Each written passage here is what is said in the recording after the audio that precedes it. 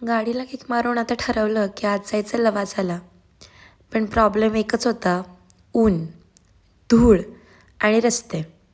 ऊन एवढं प्रचंड होतं आणि रस्त्याची अवस्था बघू शकणार नाही इतकी खराब. म्हणजे शहरी भागात पुण्याच्या रस्ते खूप चांगले आहेत तसे बघायला गेलं तर हिंजेवाडी साईडला.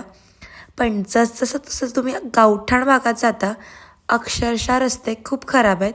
त्यातल्या त्यात हा रस्ता चांगला होता, पण जसं जसं आपण लवासाच्या दिशेने जातो तिथे रस्ते खूप म्हणजे खूप खराब आहेत. आता हा संडेचा प्लॅन ठरला होता की जिथे आम्ही संडेला जाणार होतो लवासाला जाताना, पण ऊन खूप होतं. शेवटी येताना सगळेच्या सगळे लोक काळे दिसत होते, इतकं सनबर्न झालं होतं.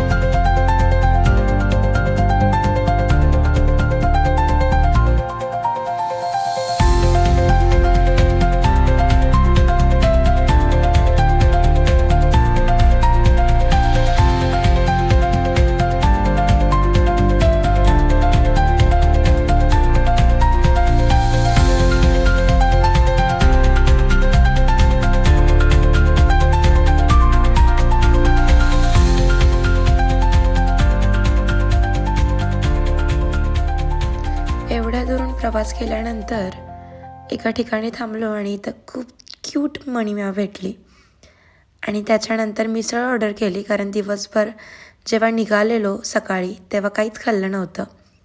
मिसळ तशी ॲव्हरेज होती, पण त्यांच्या मानाने त्यांनी करायचं खूप चांगलं प्रयत्न केलेला. लोकेशन वाईज आणि प्राईस वाईज ठीकठाक होती आणि मोस्टली हायजेनिक खूप होती. मिसळ वगैरे खाऊन झालं आणि पुन्हा निघालो लवासाच्या दिशेने.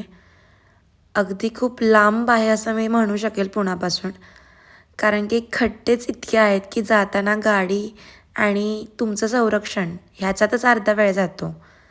आणि जाताना एक धरण दिसलं लवासाच्या दिशेने जाताना. पाणी तसं थोडंसं होतं कारण सध्या पावसाचं वातावरणच नाही आहे आणि हिवाळा असल्यामुळे पाणीची पातळी देखील खूप कमी होती.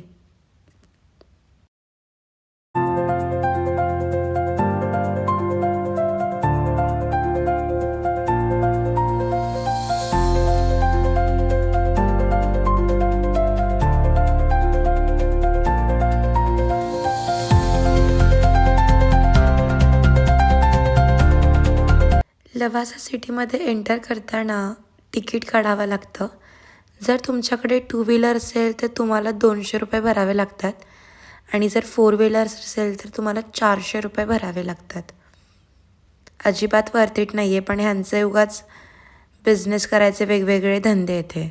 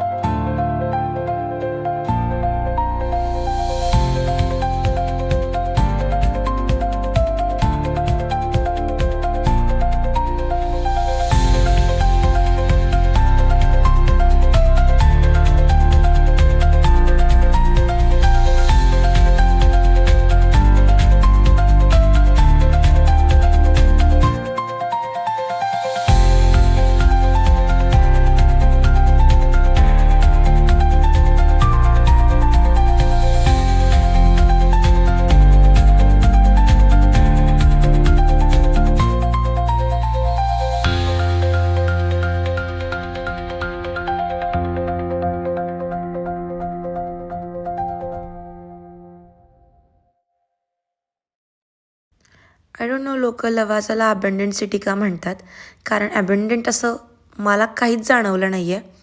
अजिबात मी घाबरले नाही किंवा असं काहीच डरावणं असं काही वाटलं नाही. हां, थोड्याशा इमारती तुटल्या फुटलेल्या होत्या किंवा अर्धवट कन्स्ट्रक्शन होतं, बाकी काहीच नाही. कारण मोस्टली लोकं इथं राहतात आणि इथं क्राइस्ट युनिव्हर्सिटी असल्यामुळे स्टुडंटसुद्धा असतात. आणि इथून जेव्हा खाली जातो तेव्हा एक सुंदर रिव्हर आहे आणि त्या रिव्हरवरती ह्यांनी बिल्डिंग्स उभ्या केल्यात. ॲक्च्युली झालेलं काय, की हा जो स्पेसिफिक एरिया होता, हा वॉटर सप्लायसाठी गव्हर्नमेंटनी सँक्शन केलेला. पण जे काही बिल्डर्स आहेत त्यांनी स्वतःचं ब्रेन वापरून इथं इंडस्ट्रियलायझेशन एरिया केला आणि त्याच्यामुळे ही सिटी बॅन झाली बिकॉज हे हार्मफुल आहे जर तुम्ही पाण्याच्या ठिकाणी इंडस्ट्रीज वगैरे डेव्हलप करत असाल तर. सो दॅट्स वाय ह्या सिटीचं जे काही कन्स्ट्रक्शन असेल, डेव्हलपमेंट होतं ते थांबलं. आणि मे बी अनादर रिझन इज पॉलिटिशियन्स आणि पॉलिटिकल बॅकग्राऊंड. त्याच्यामुळे देखील ही सिटी डेव्हलप झाली नाही फारशी. आणि जे कॉलेज गोईंग स्टुडंट्स आहेत ज्यांना थोडं सिटीपासून बाहेर जायचं आहे, थोडंसं दूर जायचं आहे आणि चिल करायचं आहे, तर हा गो टू स्पॉट आहे. यू मस्ट गो आणि एन्जॉय करू शकता. पण मोस्ट प्रोबॅबली तुम्ही टू व्हीलर्स नीच जा, कारण की कारमध्ये जाऊन एवढं काही मज्जा येत नाही फारशी. आणि इथं मला मस्त असं एक डॉग दिसलं आणि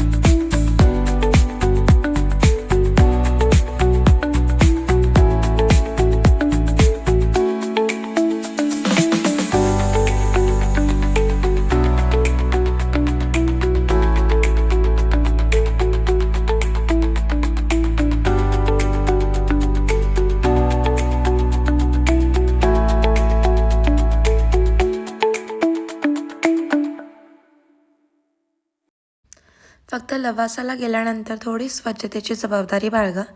कारण जरी इथे लोकं राहत नसली आणि वर्दळ कमी असली लोकांची, तरी पण इथला एरिया खूप स्वच्छ आहे. आणि पर्यटन क्षेत्र असल्यामुळे स्वच्छता ठेवणं ही आपली जबाबदारी आहे. त्याच्यामुळे उगाचच प्लास्टिकचे बॉटल्स किंवा तुमचे रॅपर्स इकडे तिकडे फेकू नका. स्वतःचा कचरा स्वतः आहे, आपली जबाबदारी असं समजा आणि तो गपचूप घरी घेऊन जा. इकडे तिकडे फेकू नका. आणि तुम्ही कधी जाताय लवासाला हे नक्की कमेंट बॉक्समध्ये सांगा. आणि मस्ट आहे सनस्क्रीन नक्की लावून जागा. व्लॉग आवडला असल्यास